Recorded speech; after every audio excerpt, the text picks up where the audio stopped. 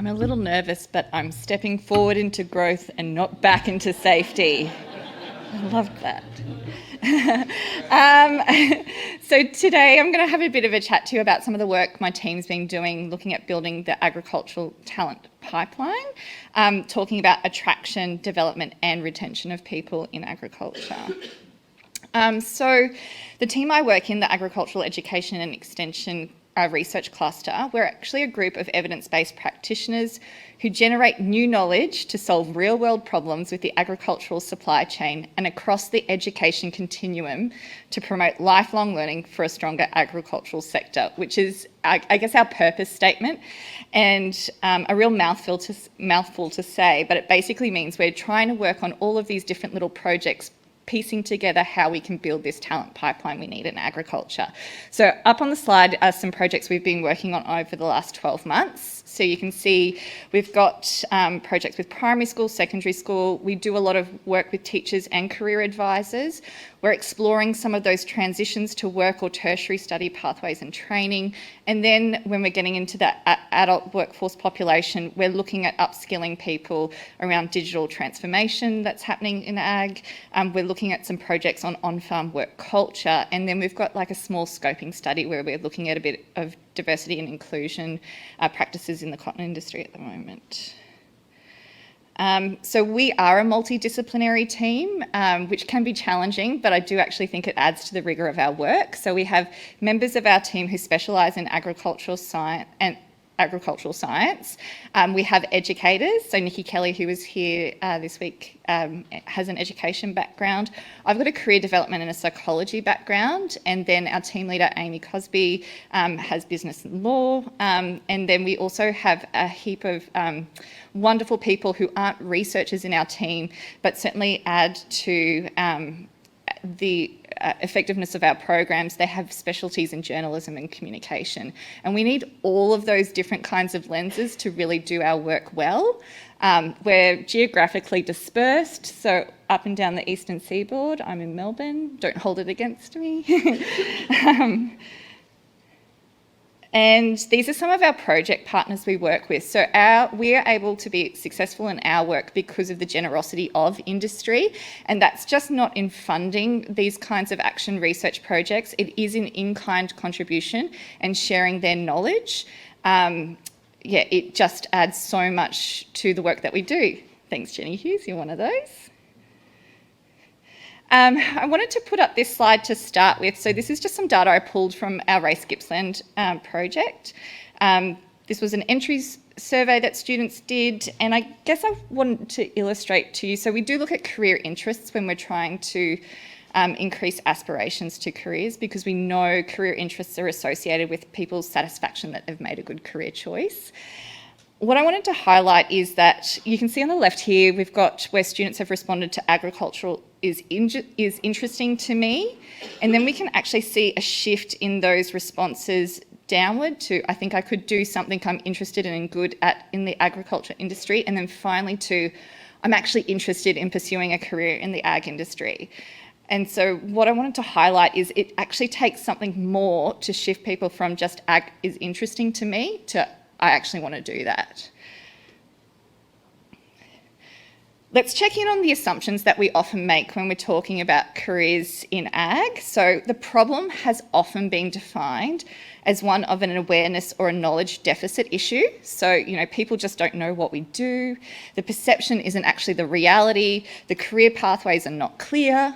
And because we define the problem that way, the solutions we tend to lean on are just got to tell them about it, we need to show them it, we need to give them a pathway to follow, and the logic being that if we do this, then students will be interested in a career in agriculture. But this only works if that individual student can connect themselves to those solutions. So what we argue is that we need to be delivering career development alongside career education and awareness, and there is a difference. We need to help students to understand themselves in terms of what are their strengths and their skills, what's important to them and their interests, and then connect this information to the wide variety of careers we have in agriculture. Now that's also quite challenging to do, because if you're a career development practitioner and you want to look up what careers we have in agriculture, our government labour force data doesn't capture the full range of jobs that we actually have in the agricultural industry. They're just not visible. This is some brilliant work that the Regional Australia Institute did to map the professional agricultural services sector framework. So Jim spoke about how this has actually exploded over the years. And I often put this slide up when I'm talking to career practitioners or teachers, because it is a bit of a smack in the face of, oh wow, I didn't actually realise that these were careers in agriculture. Of course, these are transferable to other industries, but you still need to have ag knowledge to be able to do these well in agriculture. So I would say these are still agricultural jobs. The other challenge that we face is that careers education can certainly be improved in general in schools. So often it starts way too late, and it certainly needs to start earlier. Our team, these are just some recommendations that were made recently, I think last year, to improve career education in Australia. And our team really focuses on this third one, looking at that school industry link and trying to expand young people's exposure to the world of agricultural work as part of their learning experiences. And we do this because we know how impactful classroom teachers are on those students' aspirations. So whenever I've interviewed people who have entered the ag industry, it is extremely rare for someone to say that their careers advisor helped them get into it. It is always a classroom teacher who has been able to connect what they're learning about to wonderful, interesting professions that they can be doing, or that would actually align with. So to the teachers in the room, you are just so important when it comes to these kinds of challenges we're looking to address. Now, I'm going to throw this out there because there's been a lot of talk about career pathways, and I'm going to say we actually need to forget about career pathways, because a career pathway can only really be understood looking backwards. It's really hard. We don't really have linear careers anymore. It's really hard to tell someone your career story and expect them to follow that pathway. But what I loved about Kari's career story was the gold in that was the career self-management tips she gave you. So she spoke about how she navigated that world of work to find those opportunities and what she did to build her career in agriculture. That's the gold. We need to give students a compass to try and navigate the world of agricultural work. And how we're doing that in some of our work is using Holland's RIASEC framework. So we, with secondary school students, we get them to do a little career interest quiz. You can see up here on the screen on the right-hand side, it kind of spits out a little score for each of those 6 kinds of areas that can be mapped onto jobs in general, not just careers in agriculture. But we're always really careful to let kids know this is a conversation starter. It's not who you are. This is actually going to change depending on what new experiences you have and people you meet. So the Excited for Careers in Agriculture project, just more generally, is an 18-month pilot program funded by the National Careers Institute. It's coming to a close soon, but it has actually been really wonderful and it's worked really well to get kids excited and exploring careers in agriculture. Last week I was in Gippsland delivering the dairy program, and what was really great too was there was a young girl, grade 3, who was absolutely stoked. We had an activity where kids were measuring the temperature of milk and the calcium and protein content, and it was a tanker driver activity, and her dad is a tanker driver for Fonterra, and it just made her so stoked to be able to talk to the other kids about what her dad did, and yeah, it was just wonderful. So in Cotton, the way this works is we've kind of mapped 6 different little activities there. We've matched them to the curriculum to try and make it really easy for teachers to justify adopting these and integrating them into their classroom. So you can see for realistic, we've got an irrigation manager activity, and we've got fashion designer there for artistic. We